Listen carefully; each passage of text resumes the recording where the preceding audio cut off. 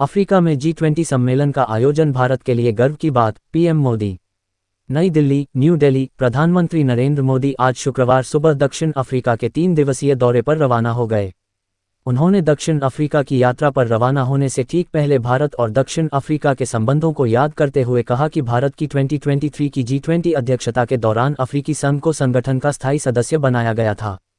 अब अफ्रीका महाद्वीप में आयोजित होने वाला ये पहला G20 सम्मेलन भारत के लिए गर्व की बात है। राष्ट्रपति सिरिल रामाफोसा के निमंत्रण पर जोहान्सबर्ग में G20 लीडर्स समिट में हिस्सा लेंगे पीएम मोदी। प्रधानमंत्री कार्यालय के अनुसार, प्रधानमंत्री मोदी ने कहा कि वे राष्ट्रपति सिरिल रामाफोसा के निमंत्रण पर 21 से 23 नवंबर तक जोहान्सबर्ग में आयोजित 2 G20 लीडर्स समिट में हिस्सा लेंगे। ये सम्मेलन अफ्रीका में आयोजित होने वाला पहला G20 शिखर सम्मेलन होगा। G20 शिखर सम्मेलन की इस वर्ष का थीम समानता, एकजुटता और स्थिरता। प्रधानमंत्री मोदी ने कहा कि इस वर्ष का थीम समानता, एकजुटता और स्थिरता है। इसके माध्यम से दक्षिण अफ्रीका, नई दिल्ली और रियो डी जेनेरियो में आयोजित पिछले G20 सम्मेलनों के निष्कर्षों को आगे बढ़ा रहा है। उन्होंने सम्मेलन में भारत के विजन को बताते हुए कहा कि मैं सम्मेलन में भारत का नजरिया वसुधैव कुटुंबकम और एक पृथ्वी, एक परिवार, एक भविष्य के हमारे दृष्टिकोण के अनुरूप रखूंगा। ये दृष्टिकोण वैश्विक सहयोग, समानता और टिकाऊ विकास के लिए भारत की प्रतिबद्धता को दर्शाता है।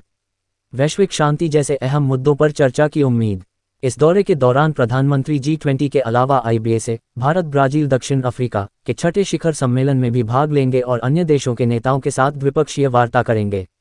इन बैठकों में आर्थिक सहयोग, जलवायु परिवर्तन, ऊर्जा सुरक्षा और वैश्विक शांति जैसे अहम मुद्दों पर चर्चा होगी।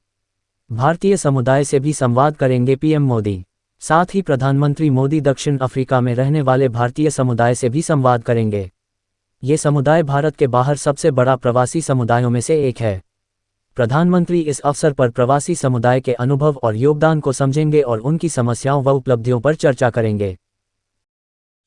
और भी ऐसी तरह तरह की न्यूज़ को देखने के लिए हमारे चैनल को लाइक करें, सब्सक्राइब करें और बेल आइकन जरूर क्लिक करें। इससे हमारे आने वाली न्यूज़ की नोटिफिकेशन आप लोगों को सबसे पहले मिले।